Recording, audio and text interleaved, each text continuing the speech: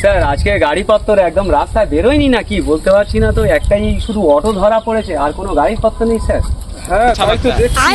ঠিক আছে, আর একটুখানি ওয়েট করি, তারপর এই দাঁড়াও দাঁড়াও দাঁড়াও দাঁড়াও ঠিক আছে, দাঁড়াও, দাঁড়াও, ওকে। আপনার পেপার দেখান তো, ইন্স্যুরেন্স দেখান, ট্যাক্স দেখান, স্যারকে দেখাতে হবে।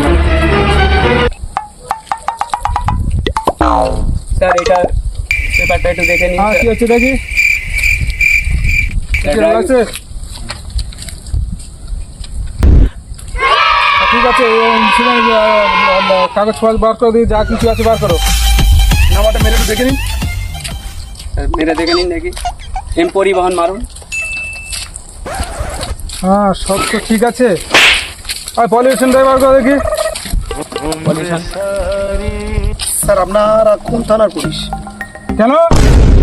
আইডি কার্ডটা দেখি তো স্যার। ID card? আমার আইডি কার্ড লাগে মানে কি ব্যাপার?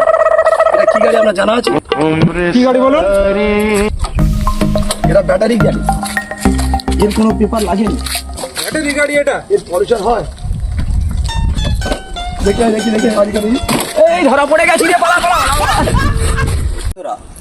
এক্ষুনি স্পটে আপনারা যেটা দেখলেন যে ঘটনাটা ঘটলো, তো এনাদের উচিত ছিল আগে হেলমেটের কথা বলা, কারণ আমরা হেলমেট ছাড়া বাইরে বেরোই এতে কিন্তু আমাদের ক্ষতি, কারণ হেলমেট ছাড়া বাইরে বের হওয়া ঠিক নয়। আমার একটাই ভুল ছিল কি, আমি হেলমেট নিয়ে বেরোনি শুধু এই কমেডিটা করার জন্য। আপনারা যেখানে থাকেন না কেন, যেখানে যান না কেন, গাড়ির সাথে সবসময় আপনাদের হেলমেট পরে বেরোবেন, এটাই আপনাদের সিকিউরিটি, আমাদের সবারই সিকিউরিটি। ধন্যবাদ।